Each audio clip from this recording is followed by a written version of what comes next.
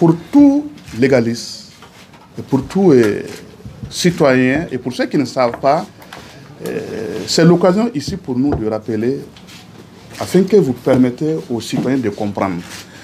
La constitution de Burkina Faso, qui est là, révisée en 2015, ne prévoit rien. La constitution n'a rien prévu. La constitution dit à son article 37 que le président du Faso est élu sur un suffrage universel et direct. Et l'article 40 de la Constitution dit que les élections présidentielles ont lieu 21 jours avant la fin du mandat, c'est-à-dire avant le 28 décembre, ou 40 jours au plus, c'est-à-dire le 18 novembre. Et l'article 165 de la présente Constitution dit, qui a été révisé en 2015, qu'aucun projet de révision de la Constitution n'est recevable lorsqu'il remet en cause, entre autres, la durée du mandat présidentiel. On ne va pas mener un débat, il faut respecter la loi fondamentale. Donc, c'est ce qui est dit dedans. Alors, nous savons évidemment que le pays est confronté à plusieurs crises. Vous avez la crise sécuritaire, la crise sanitaire, la crise économique et la crise éducative. Mais nous avons notre loi fondamentale qui n'a pas donné des garanties par rapport à une telle situation. On fait quoi?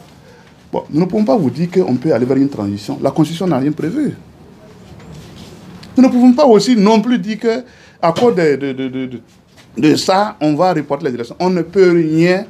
La Constitution est claire, à moins qu'on va violer la Constitution. Mais nous ne sommes pas pour cette logique. C'est pour ça que nous voulons que l'opinion, surtout les citoyens n'ont qu'à savoir que c'est notre loi fondamentale, notre fétiche qui dit qu'on ne peut pas ajouter même 1 heure au mandat du président. On ne peut pas reporter les élections parce qu'il y a ceci et cela. Et qu'est-ce qu'on fait?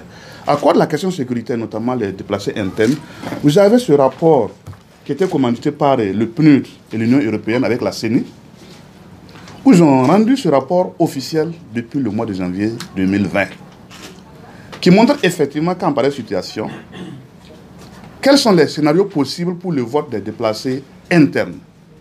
Il y a 2 scénarios qui ont été définis, c'est dans la déclaration liminaire.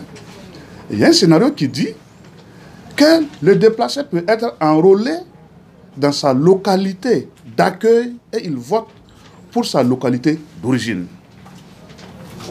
Et l'autre scénario dit que les déplacés également peuvent voter dans les localités d'accueil. Mais ce qui est dommage, c'est que tous les partis politiques ont reçu ce document depuis le mois de janvier. Aucun parti politique n'a dit ou n'a proposé quel est ce scénario. J'en ai discuté avec Newton Amel Bari également sur la question. Il n'a jamais dit le contraire du contenu de ce rapport. Donc tout est mis en œuvre pour que les élections se tiennent à bonne date. Pascal l'a dit, nous on s'en tient à la Constitution. Même pas une seule seconde, le 28 décembre à minuit. Le président Roch devient l'ancien président du Burkina Faso. C'est tout.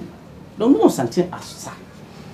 Voilà, donc les partis politiques, puisqu'on sent les conférences de presse, voilà, interposées, d'autres, nous disons à ces partis politiques-là, qui demandent même s'il y a une possibilité d'aller à un gouvernement d'union nationale.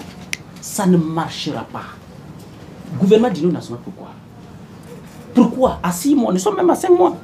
On ne peut pas quand même s'asseoir et puis attendre un gouvernement d'union nationale. Mais il y en a qui pensent que le Burkina, c'est un gâteau, quoi.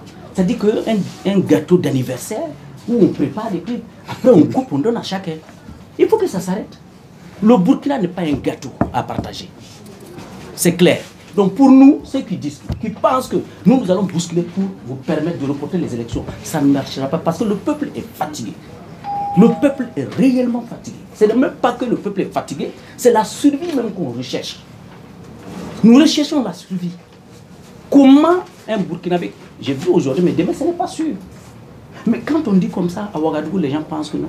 Mais quittez Ouagadougou, vous allez vous rendre compte que c'est compliqué. À 100 km de Ouagadougou, il n'y a plus de vie. À 145 km de Ouagadougou, mais vous êtes un cadavre ambulant. Mais ce n'est pas de l'amusement. Donc pour nous, Pascal l'a dit, il faut tenir les élections à bonne date. Ceux qui s'agitent, qui pensent que la politique c'est leur chose, nous leur disons, ils n'ont qu'à se calmer. C'est au peuple de trancher. Voilà.